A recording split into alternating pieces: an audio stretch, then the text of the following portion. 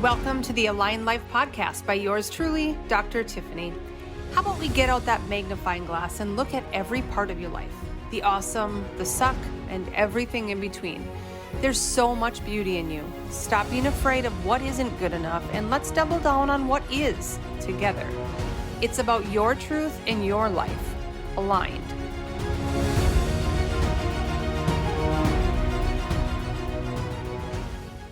Hey guys, we're back with Dr. Tonya. Hi, T. Hey, how's it going? It's great. So once again, Dr. Tonya is a naturopath, finishing her schooling in April to be nurse practitioner, just had a baby. So if you hear cute little baby coos and goat noises, it's Henrik. Oh. They named Billy for a reason. Oh, so sweet. Okay. We're going to dig in a bit differently. The last time we talked about immune system and the gut, and I think Dr. T and I could probably find something to talk about every single month on women's health, right? At least every month, maybe even weekly if we really needed to. Yeah, absolutely. So we're going to dig into hormones, and there are a lot of things, transitions in life that we could talk about, but we're really going to focus on pregnancy and postpartum. The shift in hormones that happens during pregnancy, how it shifts back depending on if you're nursing or not, postpartum, the most common symptoms, and then the biggest key players, hormones, what they are, what they mean, all of those things. So I told her she needs to keep it simple because sometimes she says things that I don't understand. So we're going to try to keep it simple enough and really break it down to the health of your cycle going into pregnancy and then how everything looks after that. T, you got the floor. Okay, so you want me to start with cycles, huh? Let's talk briefly as to what's normal. I think the next segment we'll get into birth control pill cycles a little bit more in depth, but I do think it's important for us to know what's normal going into pregnancy or fertility challenges even, and then looking, then we can kind of compare and contrast. So I think when I see patients, a lot of people come in and they say, well, my cycle's normal, and that's where they leave it. They say, oh, my cycle's normal. Okay, that's like telling me that your poop is normal. Like, I need some more details, okay? And so one of the things that I always ask about is how long is your cycle from start to start, right? So start of one cycle to start of the next cycle, that's your cycle length. And we'd really like that to be somewhere between that like 28 and 30 day range, maybe 26 to 30. If we get any shorter than that, we worry about something called a luteal phase defect. That essentially just means it's often harder for you to get pregnant because you don't have enough time after your egg releases to get fertilized before you start bleeding again. And so, we want to know start of cycle to start of cycle, what that looks like. And a lot of people, it's not consistent, right? It's 28 days this month, it's 40 days the next month, and it doesn't show up for 90 days. It's like, you never know when Aunt Flo's coming to visit. And that's a problem, right? Because not only can you never wear white pants, but you just can never time your cycle to, if you want to get pregnant or if you want to go on vacation or whatever that looks like, you just don't have any consistency. So that's problem number one. And then we talk about blood. So how long do you bleed for, right? Are you one of those fortunate women who bleed for like 30 minutes? Or are you one of those women who bleed for, 14 days? And neither one of those are normal, by the way. So somewhere between 3 and 5 days of bleeding, up to 7 days is considered fairly normal. There's a lot more that goes into cycle normalcy than just how long you bleed, right? But we want to think about what it looks like when you start bleeding. Is it heavy, and then does it taper off, and then does it turn brown and kind of, follow that normal cycle pattern? That's what we would be expecting. There's some variations in there. The biggest thing is what I really look for during that is clotting. And I think a lot of people think clotting is normal. They think that cramping, clotting, discomfort is normal, and that's not normal.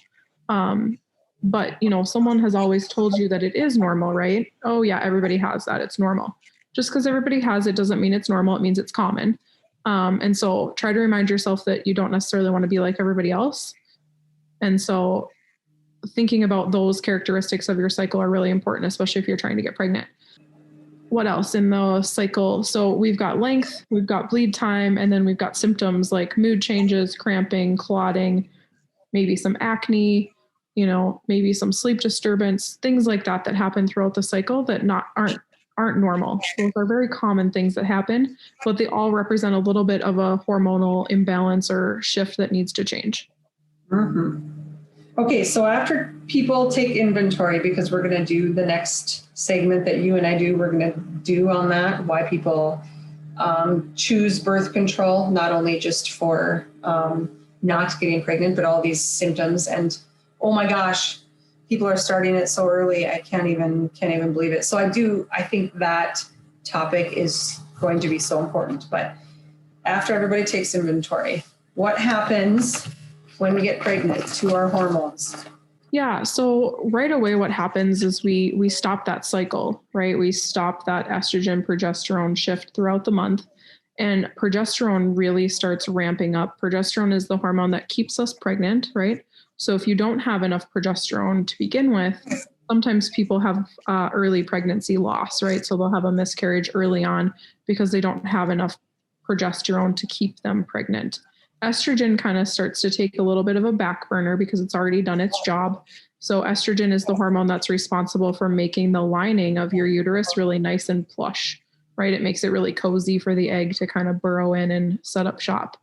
Estrogen kind of takes a back burner then to progesterone, and progesterone becomes our main hormone in pregnancy that keeps us pregnant.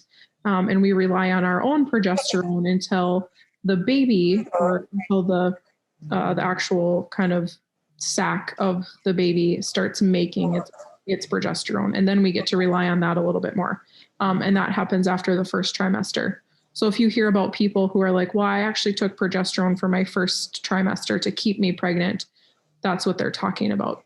So those two hormones then kind of do that flip-flop like that. And testosterone always kind of stays low level in the background. But because progesterone gets so high and progesterone becomes kind of that main hormone there, we sleep better, right? So those first bits of pregnancy, we sleep a lot. We're also really weepy, and we get really we're never like angry anymore, right? Because that's estrogen. Estrogen's that angry, grumpy hormone that makes us hate everybody. Progesterone is the hormone that says like, oh, you're just going to cry when you hear every sad song. So those are those first few months of pregnancy where you're like, oh my gosh, someone said boo and I cried. So watch out for those. But that's normal. Like that's what happens during pregnancy. Some people feel it more than others. I can say with my first pregnancy, I was definitely a lot more weepy and sad during the beginning than I was with my second. I did not have those same kind of weepy, sad moments, but still had some. And I think everybody experiences it a little bit differently. Okay, so when we get into pregnancy, people have a whole laundry list of what normal signs and symptoms are, right? As you know, how much of this, so let's just go through morning sickness, nausea, high level changes in mood, always tired, pain, heartburn, reflux, what else? Carpal tunnel. Mm-hmm. Can you just talk a little bit about, once again, I conform with you on all of these are common, not normal. But what I really want to portray is how does anyone know what normal is if all they've known is this? Because that's totally what they think. Or let's just say you're pregnant for the third time and you start to just think this is normal pregnancy, or you ask your doc and they're like, that's normal at 12 weeks. And then that should go away by 20. And so we start to I think we get really confused on pregnancy, birth, postpartum as being such a mechanical process, right? Not natural, because we think things should happen at certain times. And if they do or don't, we think our body isn't doing what it's supposed to. So right away when you get pregnant, of course, there's a bunch of hormonal shift that depending on where you were when you got pregnant, right? Whether you had higher estrogen or lower estrogen or higher progesterone or lower progesterone. Also, we haven't talked about the adrenal glands and we haven't talked about cortisol or DHEA in this whole mix because those never go away. Those are always there. And we need cortisol to help us get up in the morning, to help us respond to stress, et cetera. But those aren't the main players in pregnancy. Pregnancy is a hard normal, right? To decide what's normal in pregnancy because there are so many people who have chronic nausea the whole time. There are people who have hyperemesis, right? Where they just throw up 24/7. There are people who only throw up for the first 3 weeks. There are people who only throw up for the middle 12 weeks, right? And so I think it's hard to say that there's a clock that your pregnancy goes by. And I think people need to remember that, right? You can't say that this is what happens to every single person every single time because this is what hormone is responsible for it, because no body is the same, right? And so I think that is the most unsettling thing of pregnancy is that you just don't have, there's no guidebook, right? Just like when your baby comes out, there's no manual. There's really no manual per se to pregnancy either.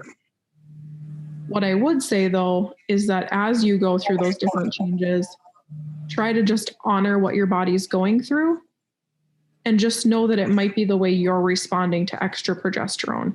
It may be the way that you're responding to less estrogen or a shift in your estrogen progesterone balance, because that's the way you came into pregnancy. And now your body's going through that teeter-totter effect of evening out to keep that baby healthy. I think that's one of the things I talk about the most with mamas, especially first-time mamas, is honoring what your body is saying, listening to what your body is saying, because it has become such a mechanical process, not only pregnancy, but oh my gosh, has birth become mechanical, right? Right. You can or can't deliver now. You need to be induced. If it doesn't happen here, this is the next step. And I think we just kind of go in with, we should know what's happening. And the majority of us are not very in tune with our body before we get pregnant anyway. Right? Correct. Yep. Yep. I want to touch on adrenals, cortisol, DHEA right now in pregnancy, and then we can kind of move into postpartum. I think the biggest thing to know that when you're pregnant, of course, pretty much every doctor will say, no herbs are safe. You shouldn't take any supplements. Like you don't need any of that during pregnancy. And, if you don't feel comfortable taking any of those things, that's fine. But what could we do to help support those adrenal glands? Because, you don't lose your hair after you have a baby for no reason, right? You lose it because it was a very stressful event, and that's your body's way of cycling through and getting rid of and then replacing. It's just part of that cycle, but it's because of stress, right? So if you can help your body go through that transition better, or go through those 40 weeks differently, whether that's through extra rest, extra meditation, extra gentle exercise, creating rhythm and routine in your life, eating on a regular basis, for example, like whatever that looks like, that's going to help those adrenal glands, because those adrenal glands, if we remember, they thrive on routine. So unfortunately, a lot of times during pregnancy, people kind of just, they get to, everybody says like, well, just eat whatever you want, like eat fried food because that's the only thing you can keep down, or, eat pickle juice because that's what tastes good. Like whatever that is, also remember that, there needs to be some consistency in your life if you want to come out of your pregnancy not feeling like you got run over by a Mack truck. Eat for two. How about that? Well, that's comical. I gained 75 pounds with Calvin. Oh my God. Yes. I think Gavin was 60. So, I wasn't far off on either of them. But there's definitely, with Calvin, there wasn't Google. So I didn't have, which was such a blessing. I think now, how many times do they have a symptom or struggling with XYZ and you're Googling, and now that's the Bible. Like, oh yeah, I should take this supplement and I should go do this. Not good. Well, how does somebody know? I mean, yes, doctors say no herbs and no supplements, but how does a normal person know what to take, what not to take, and when should you take something? Sure. So I would say err on the side of caution and speak to someone who's knowledgeable about herbs before you start taking herbs. I don't mean like the herbal store down the street. Like, I don't mean grocery store clerk, right? Like, I mean, like myself or another naturopathic doctor or someone who is actually knowledgeable in herbal medicine. And so I try to err on the side of herbal caution because there are a lot of things, especially in that first trimester, that we don't want to take and that we don't want to affect baby. So usually first trimester, I just say no. And there's a lot of other things we can do to support the body during that time. I think about nutrients first. So the first thing I think about is vitamin D. And we've talked about vitamin D umpteen times, I'm sure, through everything that's going on. But always vitamin D, always a prenatal, always a fish oil, and always a probiotic. And those things should be kind of your basic 4. And if we had to say like our basic 5, I would definitely add a B complex. And there's reasons for all of those. So vitamin D we need for our immune system. It's helpful. We need that prenatal for, all of those extra vitamins, nutrients, mineral cofactors to help baby grow. Most prenatals have something called choline in them that you can get in eggs as well. So if you can eat eggs and tolerate eggs, that's really great for baby brain. The other thing is fish oil. So fish oil is an anti-inflammatory, but it also has DHEA in it, which is also really great for your brain and baby brain. And then probiotic. And a lot of people forget probiotic for a couple of reasons, mostly because they think like they don't know which one to take, right? It's overwhelming to go to the shelf and go, oh my gosh, there's 27 of them, plus the 40 in the fridge. Like, I don't know which one to take. Right. But there are studies that suggest that taking a probiotic during pregnancy helps reduce the incidence of asthma and allergies in baby and mom postpartum. So I think it's a really important part of pregnancy. And then if we're thinking about a B complex, the reason why I suggest that one is because B complex actually helps the adrenal glands repair themselves. So the adrenal glands go through a lot of B vitamins, and the B vitamin then complex can really help just repair those adrenal glands during a stressful time. Can you talk about folate versus folic acid? Yeah, so folic acid is the man-made synthetic version. Yeah. And that's what's in most prenatal vitamins. That's what's in fortified cereals and breads. And so that's the one we don't necessarily want to take, right? If that's your only option, your body's going to take some of it and convert it, and it's going to be fine. But most of us have access to something better called methyl tetrahydrofolate, or the activated version of folate. And it actually it'll say active folate, or it'll say 5 tetrahydrofolate, or it'll be like a long confusing word in parentheses, and before it will say folate. And that would be the version that we would want to have, because it's the activated version of folate. Your body has to do less with it. It's actually the version that would come in leafy greens if you were eating them, which you should be. Well, it's crazy how many times that, let's just say an unexpected pregnancy, you didn't know you're pregnant until 6 to 8 weeks.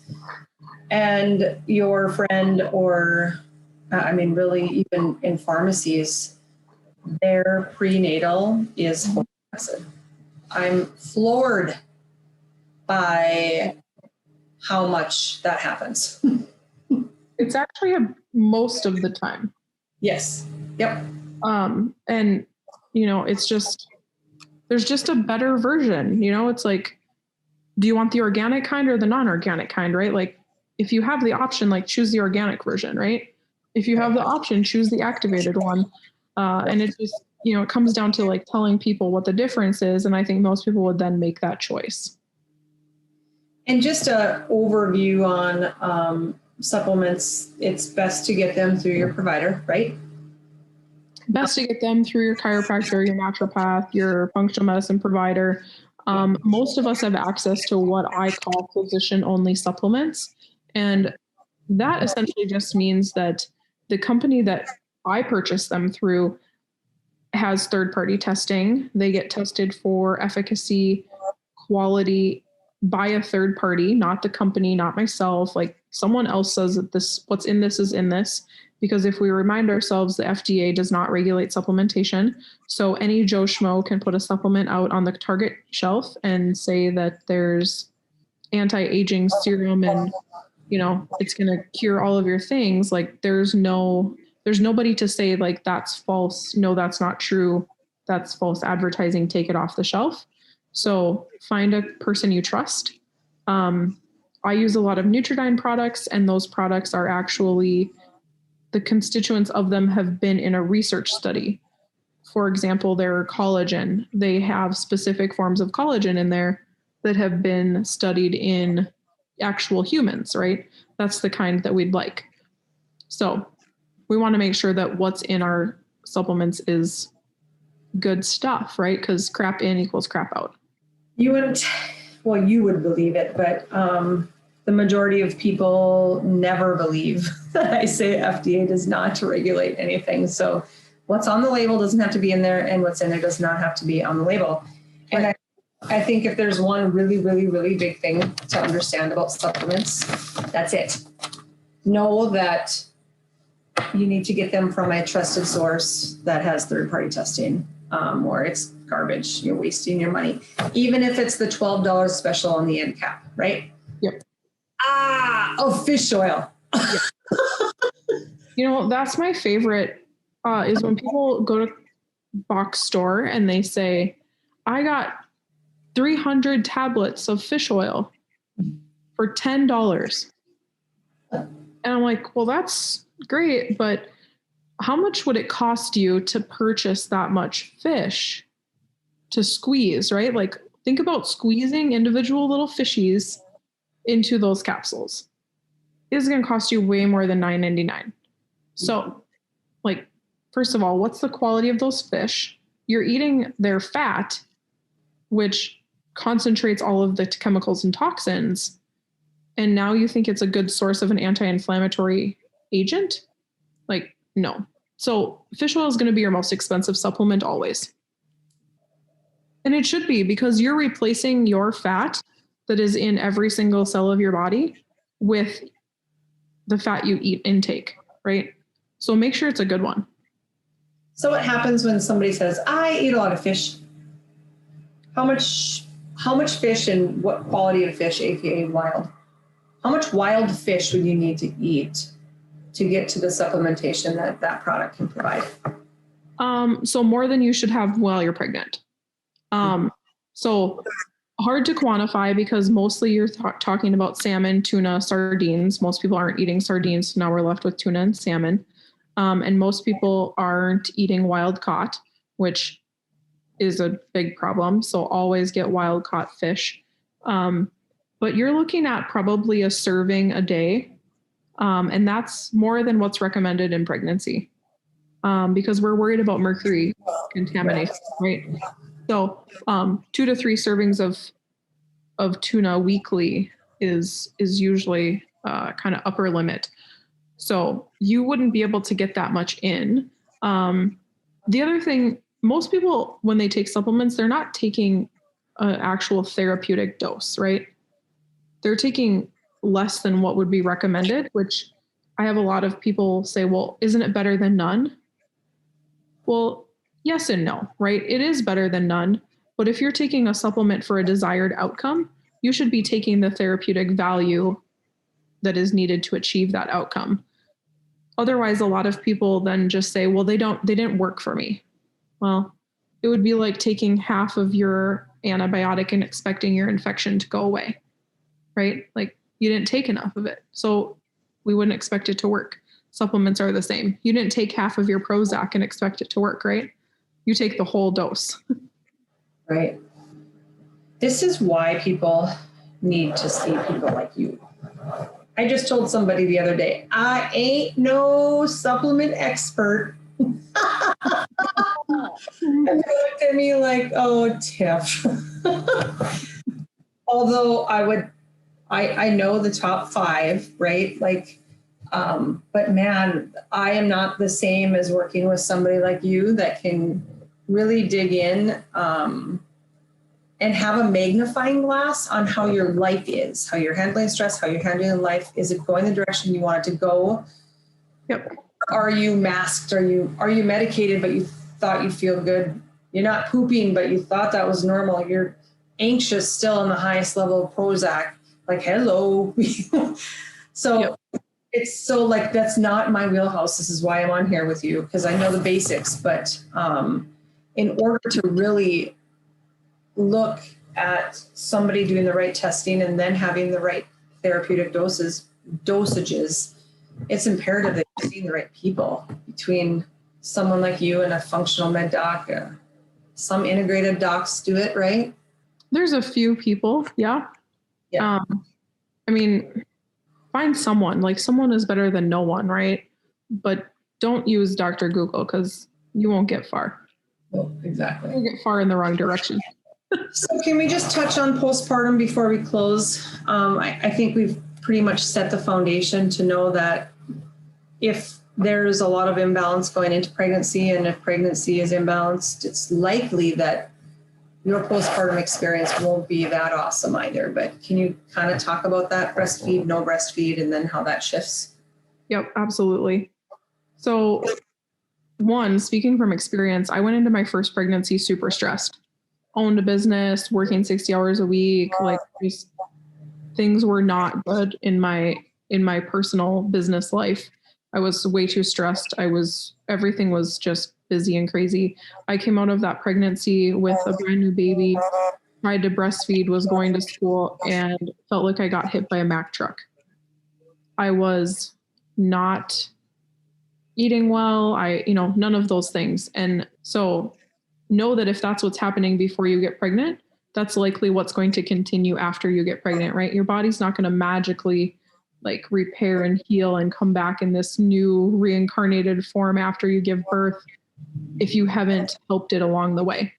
However, fast forward to Henrik, I was definitely a lot less stressed before I got pregnant. My pregnancy was a lot less stressful. I came out of pregnancy and I was like in meetings the next week, like with friends for fun. And so know that what you do during pregnancy is going to affect your postpartum period. Breastfeeding, for example, when you breastfeed, you suppress estrogen, which is why breastfeeding is so protective against breast cancer, right? Is because the less time you have estrogen, the less likely you have to have estrogen cause DNA damage in your cells. So breastfeeding depresses estrogen, which makes your moods a little bit more stable. You have a little less of that angry aggression. You have a little bit more progesterone, which helps you sleep better, helps you feel more regulated, which is great, right? So some of those things happen when you breastfeed. If you don't breastfeed, most people end up getting their cycles back because estrogen kind of returns back to normal. Progesterone hopefully kind of continues. And hopefully you don't become estrogen dominant again. And if you do, let's talk, because there's things we can do to detox estrogen, which we all need at some point because of the meat that we eat and the food that we eat.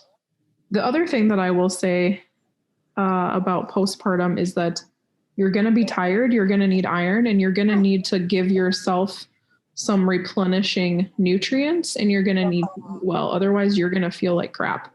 And if that isn't in your knowledge book or in your knowledge base, find someone who can help you, because you need to be there for baby and you want to be there for baby. So let's make you the healthiest version that we can get you. And all of those supplements we just talked about, you can continue taking those postpartum. Can you talk a little bit about iron? Like the typical thing, the reason why people don't want to take iron is because it constipates them. So what are the other options? Yeah. So meat, of course. So eat meat, eat red meat, and take some hydrochloric acid with your meal. That will help you digest your protein a little bit better, help you get some of that iron out. Leafy greens and green things have non-heme iron in them, and those will also help your iron. So if you can eat greens and you can get enough of them in, eat them with a splash of some sort of acid. So apple cider vinegar, a vinaigrette, something to help pull some of that iron out of those greens. And then supplementation wise, there's 2 products that I really like. One of them you can get through a healthcare provider. That one's called Iron Extra. And that one actually has a lesser irritating gut form of its ferrous bisglycinate. And that one's a little less irritating to the gut, but it also has 3 herbs in it that are nourishing, and we call them nutrigenic because they have some iron in them, and they just make that formula a little more gentle. The other one is Gaia Herbs, and that one you can get at, kind of supplement store in town. And that one is a liquid form. So people really like that because they can take it at night. It has some of those herbs in it. It has some vitamin C. It has some vitamin B12 in it, and it helps that iron absorb. So there's just other things in there to help with that belly upset and that constipation. And those 2 obviously are okay when breastfeeding with herbs, right? Yeah. So like nettles is in there. There's some fennel. Yeah. So totally fine. Actually really nutritive to you and baby. Awesome. Okay. Do you want to leave with anything else? Oh, I learned so much of this by you. Gosh, so good. I think everybody postpartum has some help, and but not always, right? And that's one thing that I have learned through pregnancies is ask people to come over and help you and support you, because it will help you be a better human after, right? You need support, so don't be afraid to ask for it. I know this isn't nutrition related, but I think women forget that, everybody wants to come over and hold the baby. That's the last thing that you need, right? So remind yourself that it's okay to say no. It's okay to spend time and if you're nursing, nurse your baby or spend time with your baby, but have people clean your bathroom, have people make you dinner so that you can rest and repair, because that's really what you need right now. And try to get your life back into as much routine as possible, because you will feel better sooner and longer the faster you do that. I totally agree. And I think there's a component that's missing in the education of moms, especially new moms, on it's all bliss, right? It's not, right? Like in understanding when things aren't that awesome, that it's okay. It doesn't mean that everyone else had it in bliss. And so when there's lack of real and raw, honest communication with how your vagina feels and how your boobs feel and how your mood is, like, let's get real. So many people don't talk about that. And some of it is because they forgot. It's like PTSD. And some of it's because they don't want to admit that they struggled. And to be able to talk and ask questions and cry on someone's shoulder to say you feel like you're totally out of control and you need to just go to bed for a while. I think that's like one of the bravest things we can do when we're not feeling well, is to ask for help, just like you said. So thank you. Yep. Okay. That's our second segment with Dr. T. Next one will be all about cycles and the birth control pill and maybe some other options to not get pregnant and kind of be away from that pill option too, how much that affects our body and our health and our mind. So thank you. Love you as always. Thanks for having me. Welcome. Thank you for listening to the Align Life podcast, where we talk all things real all the time. I invite you to take part of the Align Life Academy. And what I mentioned in Dr. Tonya's interview was a set of modules, a set of trainings, one live call per month for a more do-it-yourself approach. And when I say do-it-yourself approach, I mean some of the basics that I know are important over the last 15 years of taking care of thousands of people every year in my practice. It talks about mindset, success, health, and purpose. And I invite you to check it out. It's open, enrollment is open, and the link will be in the show notes. I can't wait to see you on the inside.